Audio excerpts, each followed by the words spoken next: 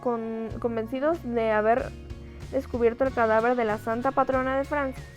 De acuerdo con el diario encontrado junto al cuerpo, Juana de Arco escapó de la hoguera gracias a la ayuda de su médico particular, el joven Luis Auguste, que había entrado en la prisión disfrazado de monje y se habría sacrificado en lugar de su amiga.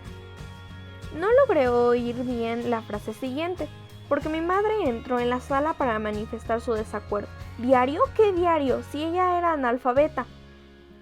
Mi padre imploró silencio y subió aún más el volumen. Con la Torre Eiffel al fondo, el corresponsal enviado especialmente a París le explicó a mi madre y a los demás telespectadores que Juana de Arco, después de escapar de la hoguera, volvió a liderar el ejército francés y obtuvo la victoria final contra los ingleses en la Guerra de los 100 años.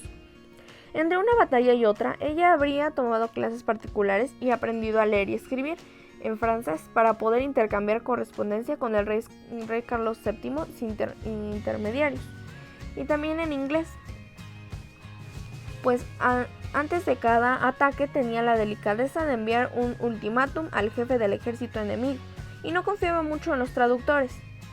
En una rueda de prensa ante periodistas de todo el mundo, el jefe del equipo de arqueólogos responsable del descubrimiento declaró que todo eso estaba registrado con letra firme y el estilo sobrio y vehemente de Juana de Arco. Además del talento de estratega, nuestra santa también fue una brillante escritora y nos ha legado ese diario, una obra maestra tanto para la historia como para la literatura. Después de la victoria de la Guerra de los 100 años, la heroína rechazó todos los títulos y honores, volvió a vivir en su ciudad natal, dividiendo el tiempo entre las oraciones, la caridad y la redacción de su diario. Los arqueólogos revelaron además que junto con el diario se encontró una caja de plata con una preciosa reliquia, las cenizas de Luis Auguste, recogida por la propia Juana en la plaza donde fue ejecutado. Una autoridad del Vaticano que no quiso identificarse declaró que un santo más honraría en breve al pueblo francés. Mi madre no esperó el final del reportaje para clasificarme como paranormal.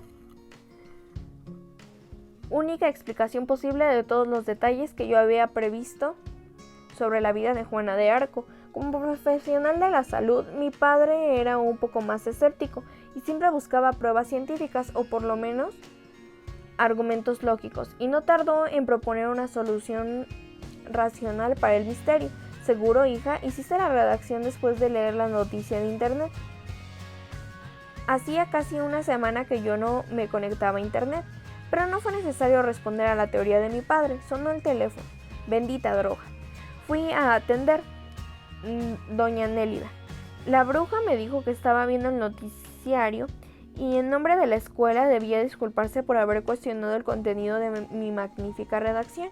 También le gustaría darme su enhorabuena por ser yo una alumna tan bien informada, que había investigado anticipadamente la vida de la santa patrona de Francia.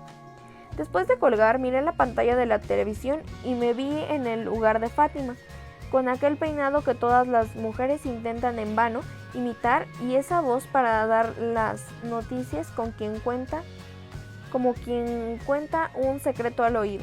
¿Que William en el futuro estará sentado a mi lado?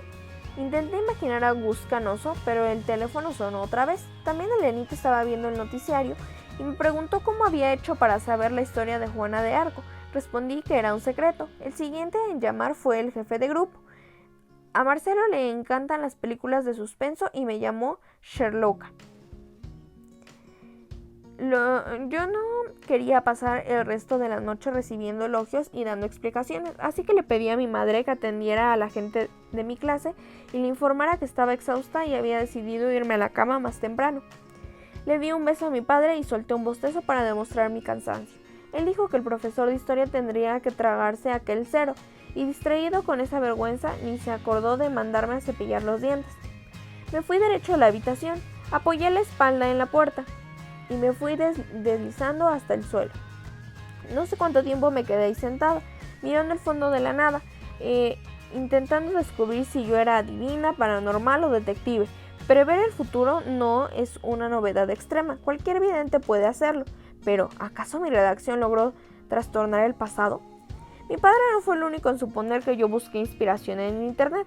Cuando entré en el salón, los compañeros se reunieron alrededor de mi pupitre y me preguntaron en qué site había descubierto tantas cosas sobre Juana de Arco, pero no todos habían visto el noticiario. Daniel no me perdonaba el cero y con el dedo extendido y la uña afilada me acusó de haber creado al héroe Luis Augusto solo para llamar la atención de Luis Augusto.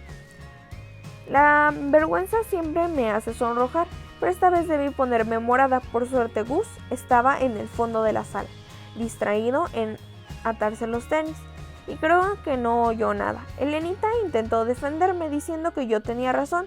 En el noticiario dijeron que Juana de Arco fue salvada de la hoguera por un tal Luis Augusto. Daniel dijo que no tenía tiempo ni paciencia para ver televisión. Parece que tampoco le gustaba leer porque los periódicos mostraban a Juana de Arco en los titulares e incluso hubo una revista que publicó en edición extraordinaria una traducción resumida del diario. Pero la tipa estaba sorda de rabia y siguió apuntándome con el dedo y llamándome mentirosa. Juró que no se tragaría aquel cero y amenazó con demandar a la escuela. Su padre es abogado. Si aparecía una mala nota en su boleto. Consideré seriamente la hipótesis de estrangular a Daniel, pero en eso entró el profesor de historia y dijo que nadie necesitaba recurrir a la justicia para demandar a la escuela. El ronrón se acabó en el acto. Cada uno se fue a su pupitre.